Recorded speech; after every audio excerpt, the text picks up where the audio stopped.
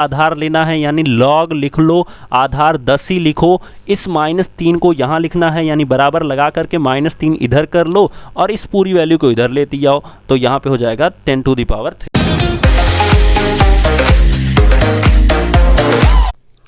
तो आज हम पढ़ेंगे तृतीय सेमेस्टर के 2019 का पूरा क्वेश्चन पेपर, ठीक है। तो क्वेश्चन पेपर में जिस तरह से आपका पहला क्वेश्चन दिया गया, आपको पता है मैथमेटिक्स के क्वेश्चन में आपको 5 क्वेश्चन जो आते हैं वो ऑब्जेक्टिव के आते हैं, 6 क्वेश्चन अति लघु उत्तरी के आते हैं और 7 क्वेश्चन लघु उत्तरी के आते हैं, जो कि 2 नंबर के होते हैं, बाकी ये सब 1 नंबर के होते हैं। तो 11 नंबर यहाँ से आपको मिलता है और 14 नंबर यहाँ से मिलता है, जिसमें से आपको 12 नंबर पाना मैंडेटरी होता है, ठीक है।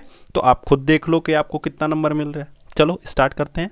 तो दिया गया है a⁻7 multiply by a⁻−9, a पर घात 7 गुणे a पर घात -9।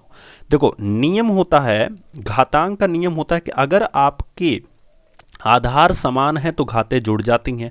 तो इसको हम लिख सकते हैं a⁻7 मल्टीप्लाई बाई a⁻−9 को हम लिख सकते हैं a⁻7 प्लस, देखो a⁻7 प्लस -9 क्यों ऐसे लिखा जा रहा है, उसका रीज़न ये है कि मैंने क्या बोला कि अगर आपके आधार समान है, जैसा कि देख रहे हो दोनों के पास a है, तो इन दोनों को जब हम जोड़ेंगे तो 7 एंड प्लस -9, तो साथ में जब 9 जोड़ोगे वो भी माइनस के साथ है, तो ये हो जाएगा a⁻7 -9। ये प्लस और माइनस एक दूसरे से लड़ाई करेंगे, जैसे प्लस और माइनस अगर एक दूसरे से लड़ाई कर रहे हैं तो एक डंडा इस डंडे से कैंसिल हो जाएगा, एक डंडा बचेगा और एक डंडे से सिर्फ एक ही सिंबल बनता है, वो है माइनस का। सो यहाँ पे a⁻−2 हो जाएगा, तो हमारा आंसर क्या हो जाएगा, 3rd। नेक्स्ट क्वेश्चन देखते हैं। अगला क्वेश्चन दिया गया है a³ - b³ divided by a² plus ab and plus b²। बहुत सिंपल सा फार्मूला होता है, अगर आपको याद हो तो मैं आपको बता देता हूँ। a³ - b³ का फार्मूला ही होता है a - b, a² plus b² plus ab, ठीक है। या दूसरी भाषा में a² ab पहले कर देते हैं, b² बाद में करते हैं, ठीक है। तो इसकी जगह पे हम ये पूरा का पूरा लिख सकते हैं, तो लिख देते हैं a - b a², अब हम ab थोड़ा सा पहले कर लेते हैं, कोई दिक्कत नहीं होती है, एंड b², ठीक है। एंड डिवाइडेड बाई, ये नीचे दिया ही गया है तो इसको एज इट इज़ लिख लेते हैं, तो a² plus ab plus b², ठीक है। तो ये इससे क्या हो जाएगा, कैंसिल, बचा क्या, a - b। तो हमारा आंसर क्या होगा, a - b, जो कि हमारा सेकंड वाला ऑप्शन दिया गया है। यहाँ पे स्क्वायर लिखा था दोस्तों।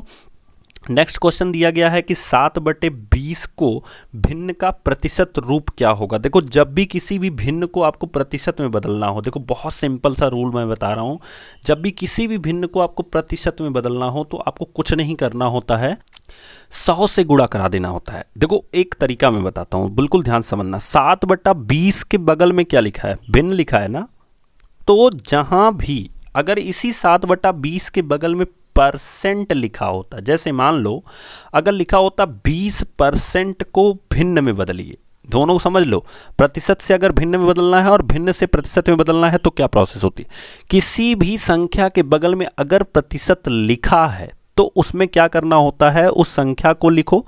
प्रतिशत का मतलब होता है ये जो डंडा है, इस डंडे को ऐसे डंडा बनाओ, ये जो दोनों गोली हैं इनको ऐसे गोली बनाओ और एक लिख दो, तो मतलब प्रतिशत को हटा करके यही नीचे वाला बना देना होता है। अगर किसी के बगल में ये नहीं लिखा है, जैसे कि यहाँ पे लिए लिखा है, आप देखो 7/20 के बगल में प्रतिशत नहीं लिखा है, ना ही चिन्ह बना है प्रतिशत का, ठीक है। तो जब नहीं लिखा होता है तो आप देखो, जब लिखा होता है तो हमने 100 से भाग दे दिया, और जब नहीं लिखा होता है तो आपको सिंपल सा 100 से गुणा करा देना होता है, ठीक है। तो 20 बचे कितना हो गया, 100, और 7 बचे कितना हो गया, 35। तो इस तरह से हमारा कितना आ जाएगा, 35%। मैंने दोनों क्यों बताया दोस्तों, कोई जरूरी नहीं है यही इस पेपर आपके एग्जाम में आए, हो सकता है इस तरह से चेंज होके आए, तो आपको उस चीज़ को ध्यान रखना होगा, समझना होगा, ठीक है। अब दिया गया है यदि समुच्चय a = 4, 6, 7 और b = 3, 5, 6, a इंटरसेक्शन बोलते हैं, मतलब उभयनिष्ठ आपको कॉमन पूछ रहा है, तो a इंटरसेक्शन b आपसे पूछ रहा है। देखो इंटरसेक्शन का मतलब क्या होता है कि ऐसा कौन सा सेक्शन है या ऐसा कौन सा तत्व है जो दोनों में है। जैसे देखो 4, 6, 7, 3, 5, 6, अब दोनों में कौन है, तो दोनों में 6 है। सो इस तरह से इसको हम लिखते हैं, इंटरसेक्शन मतलब दोनों में जो है। और जब यही चीज आपके यूनियन में पूछ लेता दोस्तों, अगर ए यूनियन बी पूछ लेता तो क्या करना होता, दोनों को जोड़ के लिखना होता। जैसे 3, 4, 5, 6 7। अब आप कहोगे सर 6 तो 2 बार है यहाँ पे, यहाँ देखो एक बार यहाँ पे है एक बार यहाँ पे। यही चीज़, जब कोई चीज़ 2 बार होगी और हम यूनियन लिख रहे होंगे तो उसको हम एक ही बार लिखेंगे, इस चीज़ को ध्यान रखिएगा, ठीक है। फिर दिया गया है 1 वर्ग मीटर बराबर होता है, तो देखो 1 वर्ग मीटर बहुत सिंपल सा है, ध्यान से समझना।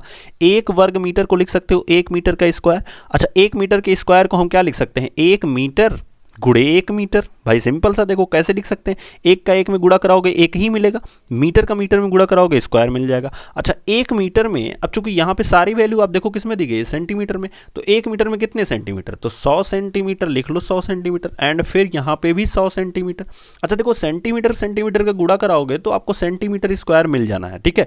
अब बात आती है 100 गुणे 100 जब हम कराएंगे तो 2 जीरो इसके पास है, 2 जीरो इसके पास है, टोटल कितने जीरो मिलेंगे, 4 जीरो, ठीक है। तो हमारा कौन सा आंसर होगा, तो देखो यहाँ पे 2 और 2 4 जीरो, तो इसलिए हमारा आंसर कौन सा होगा, थर्ड वाला 10,000 सेंटीमीटर स्क्वायर। बहुत सिंपल सा तरीका बताया हूँ, इसको गलत करके मत आना, ठीक है। बहुत सिंपल सा क्वेश्चन होता है, मैक्सिमम लोग गलत करके आते हैं। नेक्स्ट क्वेश्चन देखते हैं। अगला क्वेश्चन दिया गया है वाहक चेक किसे कहते हैं। देखो वाहक चेक जो आपको स्क्रीन पे दाहिने साइड में आपको दिख रहा है, उस चेक पे लिखा होता है लास्ट में पे के बाद पे सेल्फ के आगे लिखा होगा और बियरर, ठीक है। तो इसको बियरर चेक के नाम से भी जानते हैं, ये भी याद रखो, इसको बियरर चेक के नाम से जानते हैं। एंड सबसे बड़ी चीज़, इसको धारक चेक के नाम से भी जानते हैं। तो कभी कभी ये नाम को बदल सकता है। अब बात आती है इसके कहते किसे हैं, तो वाहक चेक का भुगतान उसे ही होता है, या इसके भुगतान का अधिकारी वही होता है जिसके नाम से ये चेक होता है। अब ये चेक भले ही किसी और का रहा हो, लेकिन जिसके नाम से ये चेक दे दिया जाएगा वही इसका भुगतान कर सकता है, या उसके भुगतान का अधिकारी हो जाता है, या उसके नाम से वो चेक हो जाता है, जैसा कि मैं आपको स्क्रीन पे दिखा रहा हूं, ठीक है। उसके बाद क्वेश्चन दिया गया है 7वां नंबर, एक समकोण त्रिभुज के समकोण बनाने वाली भुजाएं 4 सेंटीमीटर 6 सेंटीमीटर, त्रिभुज का क्षेत्रफल ज्ञात कीजिए। तो देखो समकोण बनाने वाली जो भुजाएं हैं वो 4 सेंटीमीटर और 6 सेंटीमीटर हैं। अगर आप एक समकोण त्रिभुज बनाओगे तो कुछ इस तरह से आपका एक त्रिभुज बनेगा, ठीक है। अब होता क्या, समकोण बनाने वाली भुजाएं कौन कौन सी, अगर हम इनका नाम दे दें ए बी सी, तो इसमें ए बी और बी सी जो है यही दोनों क्या करती हैं, समकोण बनाती हैं, जिसमें से कहा गया है कि ये 4 सेंटीमीटर की है और ये क्या है 6 सेंटीमीटर की है, ठीक है।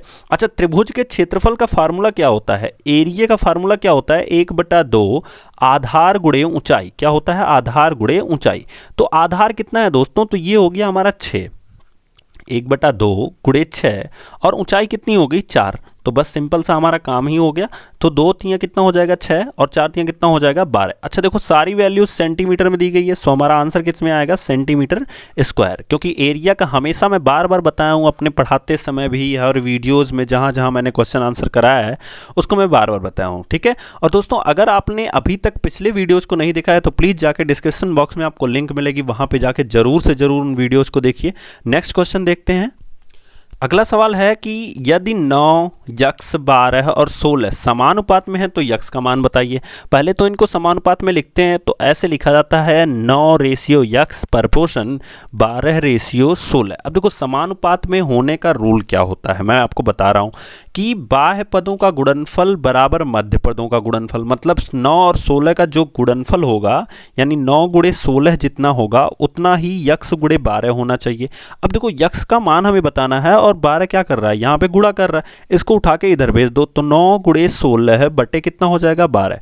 अब अगर काटोगे 4 चौक को 16 और 4 तियां कितना होगा 12 और 3 त्रिका कितना होगा 9 और फिर यहाँ पे कितना हो जाएगा 4 तियां 12। तो फाइनली यक्स का मान कितना आ गया 12 आ गया, ठीक है। तो इस चीज को याद रखना। उसके बाद देखो यहाँ पे फैक्टराइजेशन की प्रोसेस पूछी गई है, x square plus 3x minus 10 आपसे पूछा गया है।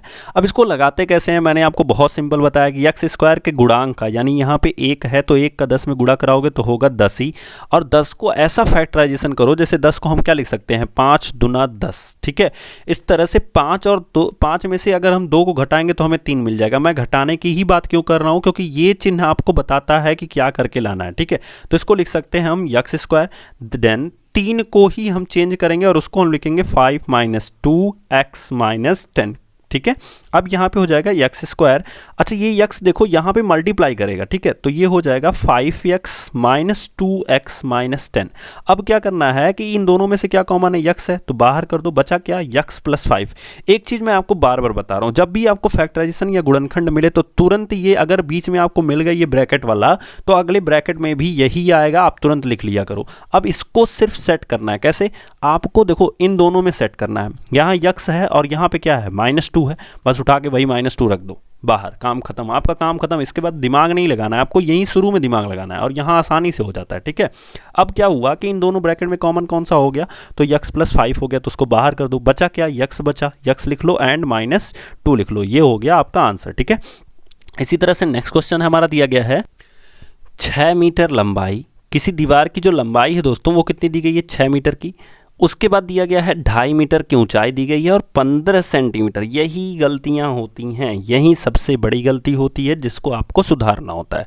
देखो इसकी लंबाई तो 6 मीटर की दी गई है, फिर उसके बाद इसकी ऊंचाई जो दी गई है, हाइट जो दी गई है वो भी मीटर में ही दी गई है, लेकिन जो इसकी मोटाई दी गई है वो सेंटीमीटर में। इसीलिए इसकी मोटाई को, यानी अगर मान लो उसकी हम चौड़ाई ही ले लेते हैं तो उसको हमें किस में बदलना होगा, मीटर में बदलना होगा। अब आप खुद बताओ 1 मीटर में कितने सेंटीमीटर, बहुत ध्यान से जल्दीबाजी नहीं करनी होती एग्जाम में, कितने सेंटीमीटर, 100 सेंटीमीटर। अब देखो ये 100 सेंटीमीटर होता है 1 मीटर में, तो 1 सेंटीमीटर में कितने मीटर, तो ये जो 100 यहाँ पे है ना, ये इधर आके भाग कर देगा, तो 1/100 मीटर होता है किसमें, 1 सेंटीमीटर में। तो जब 1 सेंटीमीटर में 1/100 तो 15 सेंटीमीटर में 15/100 मीटर, सिंपल सा कॉन्सेप्ट है। तो 15/100 मीटर आपके 15 सेंटीमीटर में हो जाएगा, ठीक है। तो यहाँ पे हम इसको लिख सकते हैं 15/100 मीटर, ठीक है। अब हम इसको लगाते हैं, हमसे आयतन पूछा गया, तो आयतन बराबर फार्मूला होता है लंबाई गुणे चौड़ाई गुणे ऊंचाई। इसको हम, लंबाई हमारी कितनी दी गई है, 6 मीटर की दी गई है, चौड़ाई कितनी दी गई है, 2.5 मीटर, को हम लिख सकते हैं 5/2 मीटर, ठीक है। मैं बटा में क्यों लिख रहा हूँ, क्योंकि जो कैलकुलेशन होगा वो आसान हो जाएगा, ठीक है। और यहाँ पे 15/100 मीटर हमारी हाइट हो गई, मतलब ब्रेथ हो जाएगी। अब इसको जरा हम सॉल्व करते हैं, तो देखो 2 3 कितना हो जाएगा, 6, ठीक है। अब अगर 5 से काटोगे तो ये हो जाएगा 20/2500, फिर 5 से काटोगे तो 5 3 15, 5 चौक को 20, ऊपर कितना बचा, 3 त्रिका 9, कितना बचा, 3 त्रिका 9/4 मीटर स्क्वायर आप लिख सकते हो, क्योंकि सारी वैल्यू आपकी किसी में चेंज हो गई है, मीटर में, मीटर में आपकी सारी वैल्यू हो गई है, तो इसलिए हम क्या लिख सकते हैं, सॉरी 9/4 मीटर क्यूब, ये हमारा क्या होगा, आंसर होगा। क्यूब क्यों होगा, क्योंकि तीनों वैल्यू हमारी मीटर में है, तो मीटर गुणे मीटर गुणे मीटर करेंगे तो मीटर क्यूब हो जाएगा। नेक्स्ट क्वेश्चन देखते हैं। क्वेश्चन दिया गया है 9 सही 4/5 में किस संख्या से गुणा करें। तो आप तुरंत मान लो 9 सही 4/5 को आप जब गुणा कराओगे तो 9 बचे कितना हो जाएगा, 45, 45 और 4 कितना हो जाएगा, 49। तो 49/5 में मान लो आप यक्स से गुणा कर दो और आपको कितना मिलना चाहिए, 42 मिलना चाहिए, ठीक है। अब देखो ये यक्स का मान निकालना है तो इसको यहीं रहने दो, 42 को भी यहीं रहने दो। अब इन लोगों की बात आती है तो 5 यहाँ क्या कर रहा है, भाग कर रहा है, इधर भेजोगे तो आपको गुणा करेगा, तो 42 गुणे 5 हो जाएगा और बटे में कितना हो जाएगा, 49। 7 6 कितना हो गया, 42, 7 7 कितना हो गया, 49। तो ऊपर हो गया 6 5 30/7, यानी संख्या हमारी कौन सी हो गई, 30/7 से अगर गुणा कर दिया जाए तो हमें आंसर में क्या मिलेगा, 42 मिलेगा, ठीक है। इस तरह से हमारा आंसर हो गया। अगला सवाल देखते हैं जो कि लघु तरीका है, उसको देखते हैं हम लोग। तो क्वेश्चन दिया गया है 1000 रुपए का 10% वार्षिक की दर से 2 वर्ष का चक्रवृद्धि ब्याज ज्ञात करना है। देखो चक्रवृद्धि ब्याज क्या होता है, चक्रवृद्धि ब्याज आपका तब होता है जब हम चक्रवृद्धि मिश्र धन में से मूल धन को घटा दें, तब हमें मिलता है चक्रवृद्धि ब्याज। पहला कॉन्सेप्ट समझो ध्यान से बिल्कुल, ठीक है। चक्रवृद्धि ब्याज कब मिलेगा, जब मिश्र धन में से मूलधन को घटा दें। अच्छा हमें सिर्फ मूलधन पता ही है, सिर्फ 1000 पता है जो कि हमारा मूलधन है, यानी P बराबर हमें कितना मिला है, 1000। और उसके बाद हमारी रेट ऑफ इंटरेस्ट दी गई है 10% की, यानी दर हमारी कितनी दी गई है, 10% की। फिर उसके बाद दिया गया है समय, हमें कितना दिया गया है, 2 वर्ष का, यानी टाइम हमें दिया गया है 2 वर्ष का। याद रखो कि सब कुछ वार्षिक है इसलिए कोई दिक्कत नहीं है, कभी कभी ये टी की जगह यन भी लिखा जाता है, इसलिए परेशान मत होना। अब ए का फॉर्मूला क्या होता है, हमें सबसे पहले ए का मान निकालना होगा, क्योंकि ए का मान निकलेगा तभी उसमें से हम पी घटाएंगे और हमें चक्रवृद्धि ब्याज मिलेगा, ठीक है। तो ए बराबर फॉर्मूला क्या होता है, P 1 + R divided by 100 whole to the power n, ठीक है। अब यहाँ पे P की वैल्यू कितनी हो गई, 1000, ठीक है। और यहाँ पे 1 प्लस आर का मान कितना दिया गया है 10%। आप देखो यहाँ पे 10% दिया गया और टी या एन का मान कितना दिया गया है 2 दिया गया है। तो 10/100 पहले कर लो, फिर ऊपर 2 हो गया, एक जीरो से एक जीरो कैंसिल और 10 एक कम 10 और एक कितना हो जाएगा 11।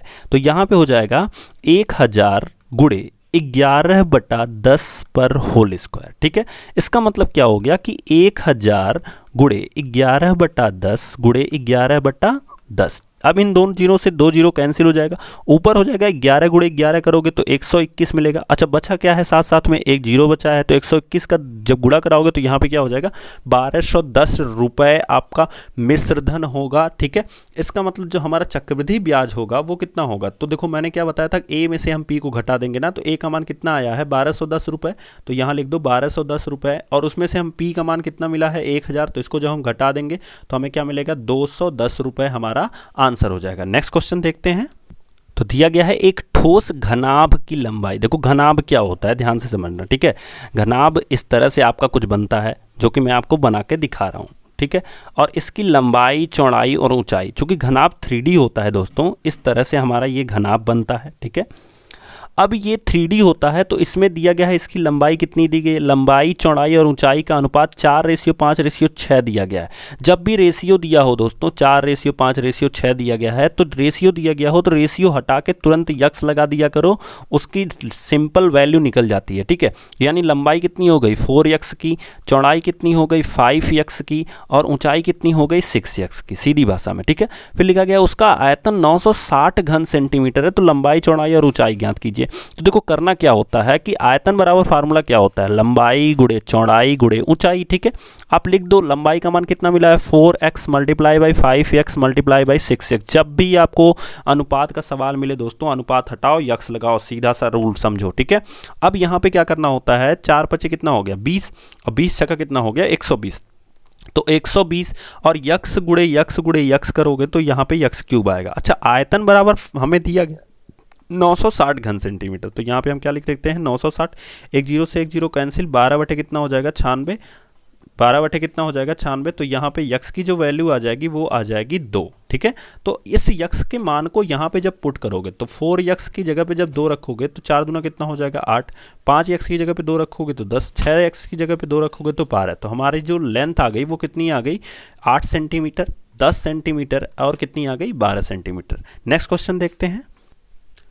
तो दिया गया है x² -1 -2i -y स्क्वायर, तो इसको जो हम सॉल्व करेंगे तो x² -1 -2i -y²। क्या करना है, बहुत सिंपल सा काम करना है, x² रहने दो ऐसे ही, ये तीनों फंक्शंस जो हैं इनमें से माइनस बाहर कर दो, तो आपको मिलेगा 1 + 2i + y²। ठीक है, तो इसको लिख सकते हो y + 1 का होल स्क्वायर। अगर आप इसको लिख सकते हो y + 1 का होल स्क्वायर, क्योंकि जब इसको सीधा लिखोगे तो ये लिखा जाएगा y² + 2i + 1। ठीक है, तो इसको हम सीधा सीधा लिख सकते हैं x², ये हमारा हो जाएगा, एंड इसको हम लिख सकते हैं y + 1 का होल स्क्वायर। अभी देखो ये a² - b² के फॉर्मेट में आ गया, यानी a² - b² का फार्मूला क्या होता है a + b and a - b।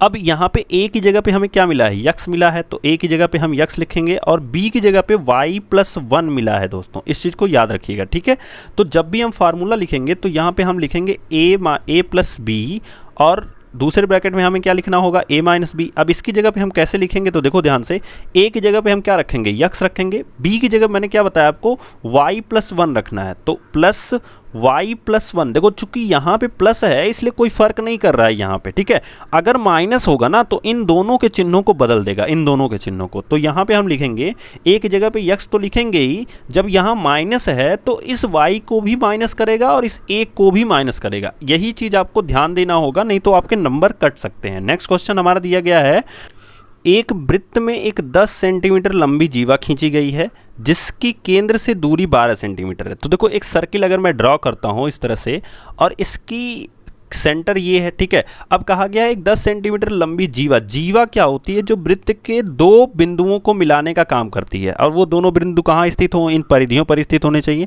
तो ये AB मान लो हमने एक जीवा ले ली जिसकी लेंथ कितनी दी गई है 10 सेंटीमीटर की। ठीक है, अब क्या होता है कि फिर पूछा क्या है कि जिसकी केंद्र से दूरी 12 सेंटीमीटर है, तो अगर हम सेंटर से इसकी दूरी देखेंगे तो ये हमारी बताई गई है कितनी है, 12 सेंटीमीटर है। ठीक है, ये वाली लेंथ हमारी कितनी है, 12 सेंटीमीटर है। याद रखना कि जब आप कभी भी केंद्र से किसी भी जीवा पर लंब खींचते हो, जैसा कि ये दूरी हमारी दी गई है, अगर मैं एक पॉइंट डी लेता हूं और इस सेंटर को ओ ले लेता हूं, तो हमें मिल गया ए बी बराबर 10 सेंटीमीटर और ओ डी बराबर हमें मिल गया है 12 सेंटीमीटर। ठीक है, तो जब भी आप ओडी जो लंब डाला गया है, ये जब भी किसी जीवा पर लंब डाला जाता है तो जीवा को दो बराबर भागों में बांट देता है। इसका मतलब ये हुआ कि जो डी ए है और जो डी बी है ये 5-5 के हो जाएंगे। ठीक है, कितने कितने हो जाएंगे, 5-5 के। ठीक है, तो हमें अगर अब फिर हमसे पूछा क्या है, वृत्त की त्रिज्या बताइए। तो अगर इस सेंटर से हम इस परिधि पर एक डॉट खींच दें, यानी हम ओ बी जो होगी वही हमारी क्या होगी, त्रिज्या होगी,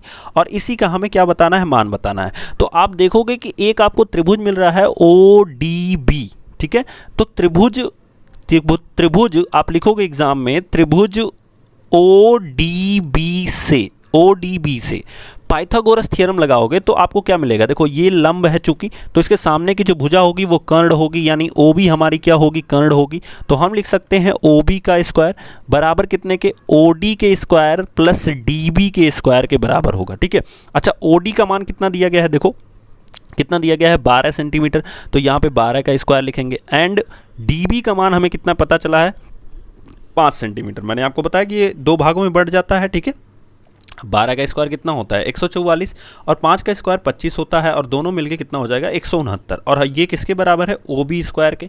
जब 169 का वर्गमूल निकालोगे आप, तो आपको कुछ चीज़ें तो वर्गमूल याद ही कर लेना है दोस्तों, क्योंकि एग्जाम में सब फंस जाओगे आप निकाल नहीं पाओगे अगर आपको याद नहीं होगा। तो 169 का वर्गमूल कितना होता है, 13 सेंटीमीटर। अतः हमारा जो त्रिज्या होगी वो कितने की होगी, 13 सेंटीमीटर की होगी। ठीक है, नेक्स्ट क्वेश्चन हम लोग देखते हैं अपना। तो दिया गया है नेक्स्ट क्वेश्चन,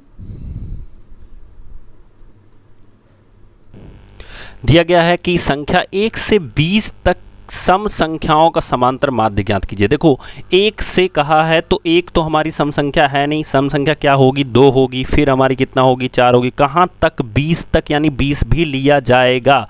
तो 2, 4, 6, 8, फिर क्या होगा, 10 होगा, फिर हमारी 12 होगा, फिर 14 होगा, फिर 16 होगा, 18 होगा, और क्या होगा, 20 होगा। समांतर माध्य बराबर फार्मूला क्या होता है दोस्तों, देखो समांतर माध्य बराबर फार्मूला होता है कुल पदों का योग बटे पदों की क्या होगी, संख्या। ठीक है, तो योग क्या होगा, इन सब को जोड़ना पड़ेगा। जैसे 4 2 6, 6 6 12, 12 8 20 हो गया। ठीक है, 20 10 30 हो गया, 30 10 40, 2 42 हो गया, 42 10 52, और 4 कितना हो गया, 56, 56 और 10 66, और 6 कितना हो गया, 72, 72 10 कितना हो जाएगा, 82, और 82 और 8 कितना हो जाएगा, 82 और 8 कितना हो जाएगा, 90, 90 और 10 100, और 10 110, यानी हमारा पूरा योगफल कितना आ गया, 110। और कुल कितनी संख्याएं हैं, तो 1 2 3 4 5 6 7 8 9 और 10। तो यहाँ पे हम क्या लिख देंगे, 10। तो 0 से 0 कैंसिल, क्या बच गया, 11। इसका मतलब समांतर माध्य कितना हो गया, 11। नेक्स्ट क्वेश्चन देखते हैं हम लोग।